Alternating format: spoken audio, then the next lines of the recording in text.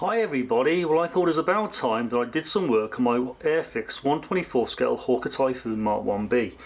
Now I bought this kit 7 or 8 years ago when it was first released, and when I first received her I spent hours on her, working on a daily basis, and I loved it. However, for whatever reason, shortly after I decided to put her underneath my bench, and that's where she stayed. It's 8 years down the line, and I figure it's about time that I did some work on her. Now I dragged her out this morning and had a look, and I've forgotten how big she actually is. Now for those of you who follow me know that I've been building an Avro Anson, 1/48 scale Avro Anson. I'll put a link in the description below. And this morning I came to put that into my cabinet, and that barely fitted. Now this Hawker Typhoon is humongous in comparison, so when I've actually finished her, Lord only knows what I'm going to do with her. I'll cross that bridge when I come to it. I'm not going to worry about it. I want to enjoy the experience of building her. Just to give you an idea of how big it is, here is the 1/48 scale propeller from an Airfix Mark 18 Spitfire, and again that's quite a sizable bit of plastic. Great looking thing. It's quite chunky. Now this here is a propeller from the 1/24 scale Typhoon. It's huge. Just to give you an idea of how big it is. So like I say, when I actually finish the kit, where am I going to put it? I don't know. Do I care at this moment in time? Not particularly, but yeah, it's going to be interesting to see what we can do with it. Here you can see where I was up to, or where I got up to 8 years ago. I completed the engine. It goes together fairly well. It's a big piece of plastic. But I think the thing that puts people off, and I think the thing that made me lose interest, where there's a lot of pipe work and it's quite fiddly to install, and a lot of it requires a lot of cleanup, and after a while it becomes pretty tedious. But anyway, so the engine was completed and installed onto the airframe. The cockpit is, well, 60% complete. The instrument panel, that was completed and put on a while back. Look at the dust in that. Control stick still to be completed. The seat I haven't finished. The port console, that's nowhere to be seen, so I need to finish that. A bit of detailing here and there, so there's a lot of work to do on the actual cockpit itself. I'll put the wings together. I started to put the wings together and the gun bays, but again, still a lot of work to do there. If I just flip it over, you can see, I don't want to drop it. On the undercarriage itself, I'm using the Aerocraft brass legs either side, so the pins have been inserted for those.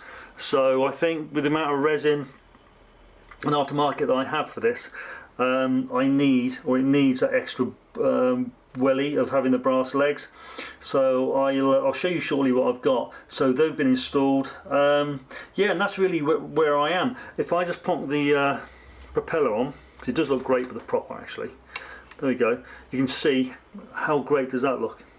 It really does look the part, but it is a big piece of plastic. So yeah, so my plan is I'm going to start on the cockpit, try and get that finished, including installing seat belts. Yeah, like I say, get the cockpit finished, seating. All the greavers need to go in there, and then just slowly work back. I'll probably finish the wings off with the gun bays, then looking again to put together and see how we get on. So let me show you what aftermarket I've got. So going on to my aftermarket, these are the brass legs from Aircraft. As I said earlier, I think because of the amount of resin and metal and aftermarket I'm going to put into this, it's going to be quite a chunky piece of plastic. So I think these brass legs are a great investment. I think they're about £20 directly from Aerocraft. Lovely casting. They'll look great when they've been primered up and painted, and yeah, they won't bend over time, I wouldn't have thought. So that's my first little bit of aftermarket. Another big addition that I made was I bought these from mastermodel.pl.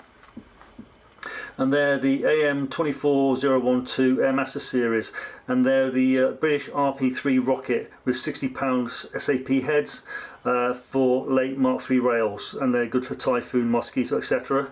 Made of metal, very chunky. There's a little bit of resin in there as well. I think it cost about 50 quid, and that was probably about 7 years ago. But I think in a model this size, the weaponry is going to be quite prominent, needs to look good, and these I think are going to look awesome when they're painted up and applied to the aeroplane. Yeah, not a lot to say really. There's going to be they're models in themselves. They're going to take a little bit of work, but I look forward to doing those. So that's the weaponry. For wheels, God, look at the dust on that. I bought replacement wheels from Edard, the Brazin set from Edard, 624001 Typhoon wheels. Again, are they necessarily needed? Probably not, but I just do like the resin wheels. I think they look great, especially with the weight on wheels. Excuse me. So yeah, so that was another addition I bought from Edard. Like I say, it's probably not 100% necessary, but I think it will look great when they're painted up and added to the model. Next from Edard, I bought the Typhoon guns. Again, these are the Brazin or the resin guns. It's item number 624002. Again, I bought these as soon as the kit came out, or as soon as these were released. Are they necessarily needed for the kit? Probably not, if I'm honest. However, me being me, more money than sense, I saw them, so I bought them. So I've got these to go in shortly, actually, looking at where I am with the kit. So they'll be going in to furnish the gun bays. From Airscale, I bought the RAF and QK seatbelt harness. I like aftermarket harnesses. I used to use RB Productions back along, but I believe that they're out of production now, and I think these may be those same harnesses. They look incredibly similar, but they're great bits of kit made out of etch, and you get some like cloth effect, laser cut cloth, for want of a better word. And when they're actually put together using white glue, don't use super glue because it'll actually stain it. Using white glue, they look really, really good, and you can position them in the cockpit to look very, very natural, because these things are actually quite stiff. When the pilots get in, if you see them trying to put them on, they are very, very stiff.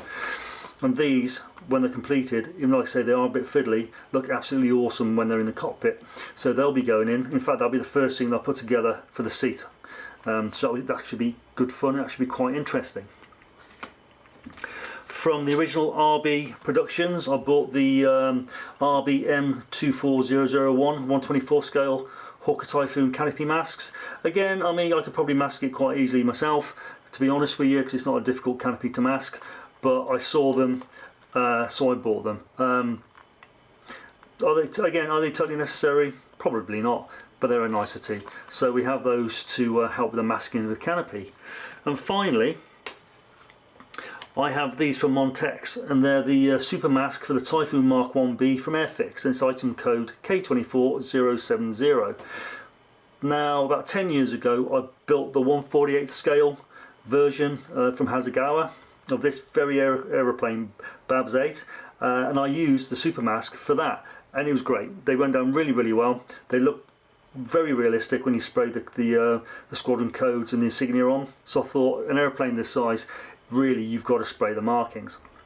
So again, I bought this, oh god, again 8 years ago, and it's sat underneath my desk. So when I finally get to that stage in about 2032 of actually finishing it and painting it, these are what I'll use. When I bought these, I didn't have the facility to create my own masks, but I have a Cricut now, which is like a silhouette cutter, so you can cut vinyl. So going forward, an airplane of this size, or even 1/48, I'll actually create my own masks. It's a lot easier, it's a lot cheaper, and it's actually very, very satisfying. But for now, I will use a super mask from Montex to see how we get on. So that's where I am with my Hawker Typhoon. My plan initially is going to finish the cockpit, so I'll use those seat belts, and I'll dig out all the bits I have, the control column, the seat, all the port console and all the rest of the greeblies. I'll start working on those, and I'll keep you guys posted as I go along. Now, I finished my Anson the other day, and my build after the Anson is going to be my 1/48 scale Bristol Blenheim. That will still be going ahead, and I will be building this Typhoon. Just give me a break from building the the Blenheim. But hopefully I will have some progress on this by the end of the week before I start the Blenheim, and I look forward to presenting it to you and getting your feedback. Well guys, thanks for your time, take care, and I'll see you very soon. Cheers now.